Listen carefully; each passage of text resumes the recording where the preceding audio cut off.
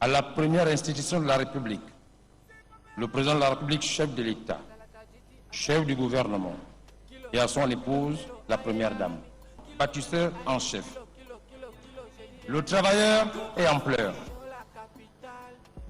mais dans ses pleurs, il reconnaît d'abord tous les efforts que vous avez fournis depuis votre accession en date du 30 août 2023. Les actes à fort impact social. Vivre 1. Le paiement de la dernière tranche des rappels soldes calculés, ainsi que tous les nouveaux rappels calculés pour un chiffre global de 75 milliards.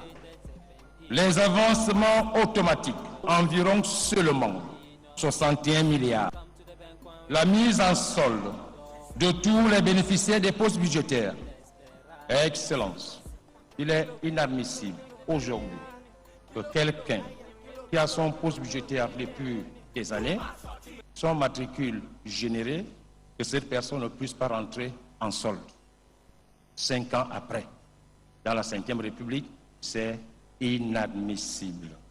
La mise en solde de tous les bénéficiaires des postes budgétaires, la régularisation administrative et financière des agents publics ayant perdu leurs annuités lors du recrutement effectif à la fonction publique, la génération des matricules soldes de tous les dossiers en réservation des postes budgétaires avec effet solde immédiat.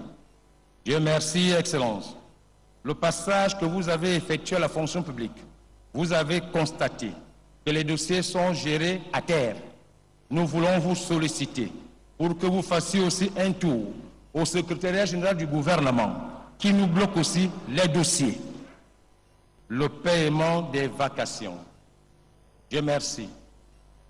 Ces vacations sont estimées aujourd'hui à un peu plus de 13 milliards. Et les examens nationaux occupent 11 milliards, près de 800 millions. Dieu merci, d'épuiser. Pourquoi ce sont les mêmes qui sont toujours appelés à aller aux examens alors que l'ensemble des enseignants désirent participer à ces examens?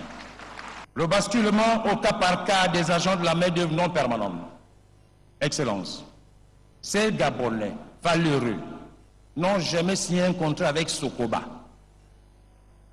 Sobraga et bien d'autres. Ils sont à la fonction publique. En l'absence des agents publics permanents que nous sommes, cette main-d'œuvre non permanente est toujours là. Même à la présidence, ils sont là. Ils ne demandent qu'une seule chose, leur basculement à la fonction publique. Si vous êtes venu au gouvernement pour comprendre, Excellence,